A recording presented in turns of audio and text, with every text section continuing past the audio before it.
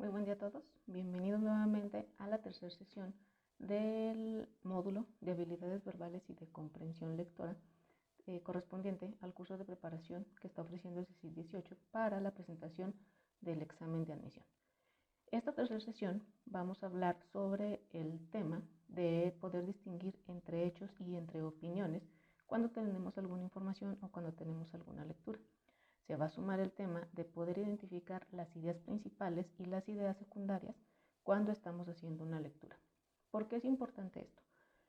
Es muy importante porque hay algunas lecturas, alguna información que a veces nos quiere persuadir de cosas que no son. Si nosotros tenemos la capacidad de comprender adecuadamente lo que nos están diciendo, también vamos a tener la capacidad de valorar si es realmente verdad los hechos que nos están diciendo o si son meras opiniones de algún autor. ¿Para qué nos va a servir la parte de identificar las ideas principales y las secundarias? Muy fácil, cuando nos pidan hacer algún tipo de resumen, cuando nos pidan dar alguna opinión sustentada sobre algo que estamos leyendo o cuando nos pidan identificar de qué trata la lectura, si logramos identificar de manera rápida y de manera concisa la idea principal, podremos emitir nuestra opinión. Algo importante aquí es recordar que en este curso estamos haciendo un repaso del cómo se deben hacer las cosas, no del qué. Nosotros es información que ya conocemos, es información que tal vez ya vimos en nuestros cursos, en la escuela, pero aquí estamos reforzando el cómo. Todos estos ejercicios que estamos presentando sirven para que desarrollemos aún más la capacidad analítica y nos sea mucho más fácil poder contestar nuestro examen. ¿De acuerdo? Entonces, para comenzar esta sesión, vamos a empezar con el tema de poder diferenciar entre hechos y opiniones. Y para eso, voy a pedirles que por favor realicen el ejercicio que presento a continuación en la pizarra verde. Es muy sencillo. Al terminar el curso, les voy a pedir que lo vuelvan a revisar para ver si realmente hicimos bien o pudimos distinguir en primera instancia.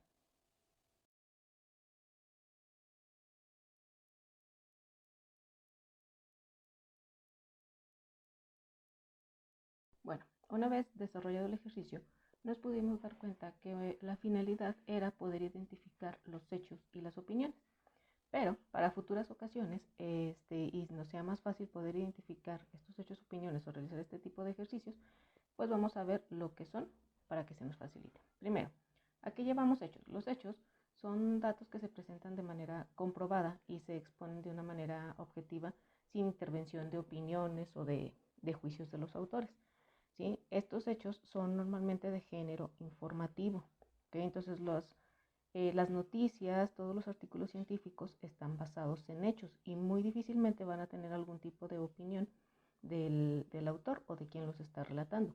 Sin embargo, las opiniones son enunciados o son juicios hechos por quien está relatando la información o por quien está presentando la información. Pero aquí lo importante es cómo los vamos a identificar.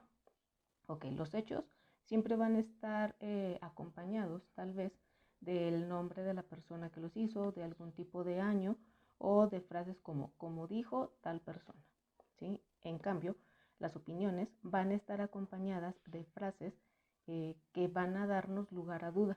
¿Qué tipo de frases son? Puede ser el creo, el pienso que, tal vez, quizá, puede ser, considero. ¿Sí? Todo eso nos dan pauta a que el autor está hablando simplemente de opiniones o de consideraciones que él tiene en su mente como importantes. ¿Sí? Hablando de importancia, ¿por qué son importantes o por qué es importante distinguir entre hechos y opiniones? Para poder armar un juicio propio, para volvernos más analíticos, para poder comprender cuál es el punto crucial o cuál es la médula espinal de la información que nos están brindando. Hay 3 puntos básicos para poder analizar estos textos o la información que nos presentan. El primer punto es de que si el autor presenta la información principalmente con hechos, la intención del autor es informarnos. Él simplemente nos va a estar informando, nos está brindando información que a nosotros nos puede servir de alguna manera. Si el autor presenta sobre todo hechos y participa de un punto de vista o él emite algún tipo de vista, tal vez nos puede estar informando o nos está informando, pero también puede estar persuadiendo sobre su punto de vista de la lectura que está presentando, ¿sí? Entonces, ahí es donde ya tenemos que empezar a poner atención sobre qué es lo que nos están presentando. En cambio, si el autor presenta simplemente opiniones, son textos de los que sí tenemos que dudar un poquito, de los que tal vez nos tenemos que alejar un poco, si es que estamos buscando veracidad. ¿Por qué? Porque son juicios personales, son cosas que el autor considera bien o considera mal, ¿sí? Y de eso no lo podemos evaluar, ¿de acuerdo? Entonces, si nos presentan simplemente información, el autor nos está simplemente informando, nos está dando a conocer información. Si vemos que hay tanto información de hechos comprobables como cierta opinión, quiere decir que nos quiere persuadir en cuanto a si él ve bien o ve mal la información que presenta. Si son simplemente opiniones, entonces podemos leerlo, nos puede servir de información, pero es preferible no tomarlo mucho en cuenta para algún tipo de investigación. ¿De acuerdo? Ahora, ¿cuál es la diferencia entre hechos y entre opiniones? ¿Cuáles son las características principales, la diferencia principal? Son tres. Una es la verificabilidad. ¿Qué quiere decir la verificabilidad? Esto quiere decir que los hechos son verificables, que pueden comprobarse con exactitud cuándo ocurrió, dónde ocurrió, cómo fueron, quiénes fueron los actores, etc. La otra es la veracidad. Esto quiere decir que son verdad, que son veraces. ¿Sí? Si son verificables, entonces quiere decir que son verdaderos. Y después es la consecuencia. Todos los hechos van a tener consecuencias, van a tener trascendencia en la historia. Las opiniones normalmente no tienen mucha trascendencia. ¿Por qué? Porque pueden ser enjuiciadas como buenas o como malas, y entonces cada quien puede decidir si las utiliza o no las utiliza. ¿De acuerdo? Entonces, las diferencias principales entre hechos y opiniones es verificabilidad, que pueden ser comprobados con exactitud, en tiempo o año, quién dijo, cómo lo hizo y por qué lo hizo. Veracidad, que son verdad, y aquí es donde se enlaza, si son verificables, es porque son verdaderos, y después consecuencia. Los hechos siempre van a tener trascendencia a través de la historia, ¿de acuerdo?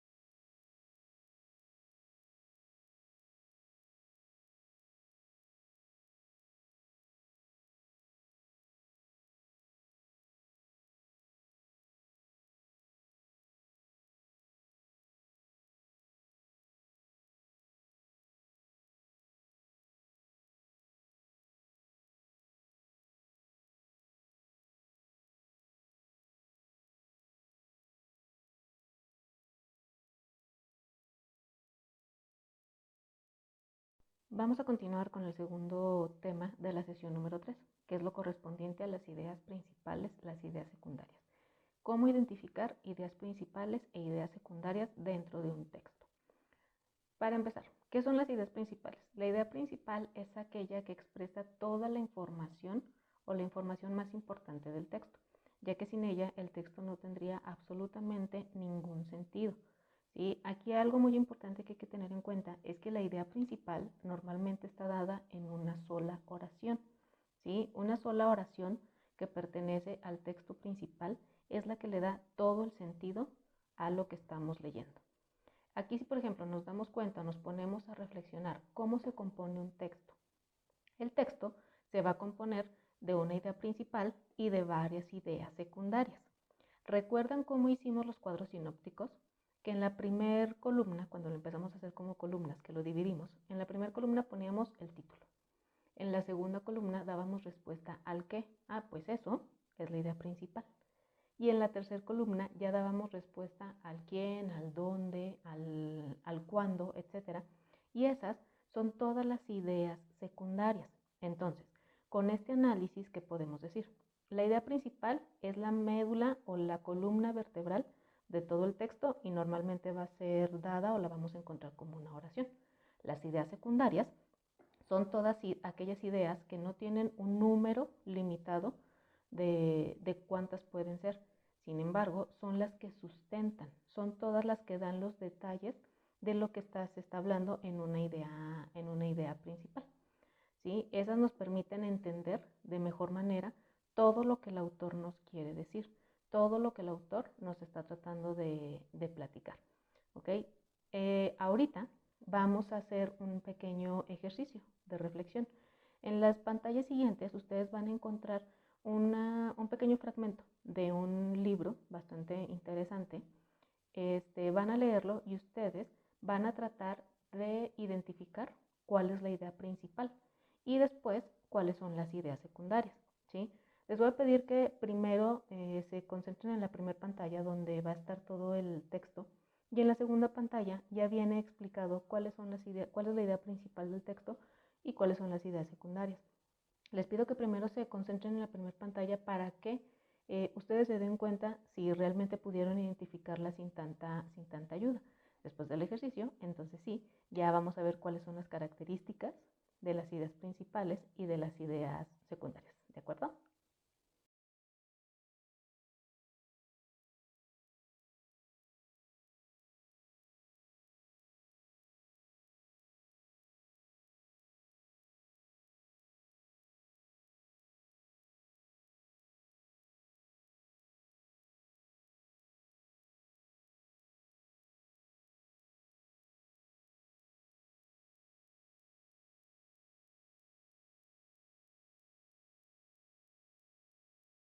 Ok, ¿cómo les fue con el ejercicio? ¿Batallaron, no batallaron? ¿Fue fácil, fue difícil? Pues bueno, para que en futuras ocasiones se nos facilite aún más, pues vamos a ver ahorita lo que son las ideas principales y las ideas secundarias, cada una con sus características y obviamente que el objetivo de este curso es el cómo identificarlos. Recuerden que nosotros estamos trabajando en el cómo, no en el qué, porque el qué ustedes ya lo saben, ¿de acuerdo? Entonces, para poder empezar, lo primero es saber en qué estamos trabajando. ¿Y qué es esto? Saber lo que son las ideas principales y lo que son las ideas secundarias. Ideas principales es aquella que expresa la información más importante del texto, ya que sin ella el texto no tendría ningún sentido, ¿de acuerdo? ¿Cómo se organizan las ideas o los textos? Cuentan con una idea principal y cuentan con varias ideas secundarias. La idea principal siempre va a ser la columna vertebral de cualquier texto. De aquí es de que se emanan todas las características que tienen estas ideas principales. ¿Qué características tienen estas ideas? Exponen el contenido más importante. Es por eso que no pueden suprimirse, no pueden eliminarse del texto. Si yo identifico la idea principal y la elimino del texto, el texto ya no tiene ningún sentido. ¿De acuerdo?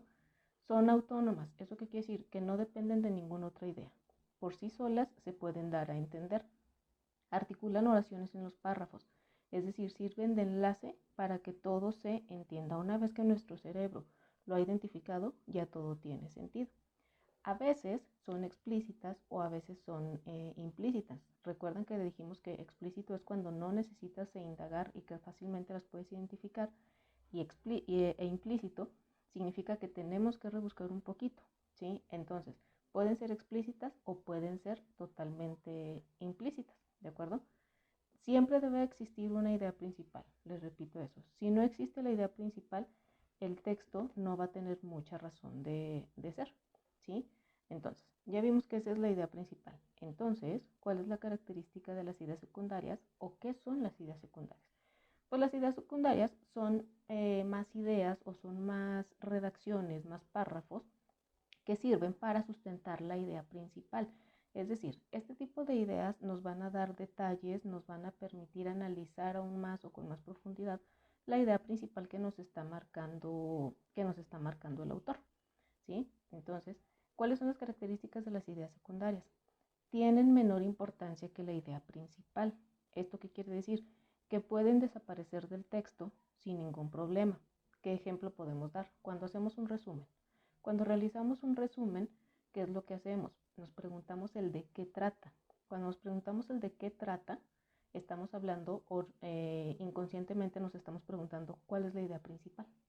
Después, quiénes fueron, dónde fueron, por qué fueron. Cada que nos preguntamos los porqués son las ideas secundarias. Nos permiten dar el detalle de todo lo que sucedió o nos dan la pauta para que el lector pueda comprender con mayor facilidad de lo que estamos hablando. ¿De acuerdo? Entonces, tienen menor importancia. Amplían, ejemplifican o demuestran la idea principal, ¿sí? Carecen de autonomía, o sea, dependen automáticamente de la idea principal. Si no existe una idea principal, es imposible que exista una idea secundaria, ¿de acuerdo? Por lo mismo, se dice que se articulan de las ideas principales del párrafo, ¿de acuerdo? Entonces, para que se quede de una manera muy resumida, ¿cuál es la idea principal? La idea principal es la columna vertebral de cualquier texto. Da la respuesta al qué.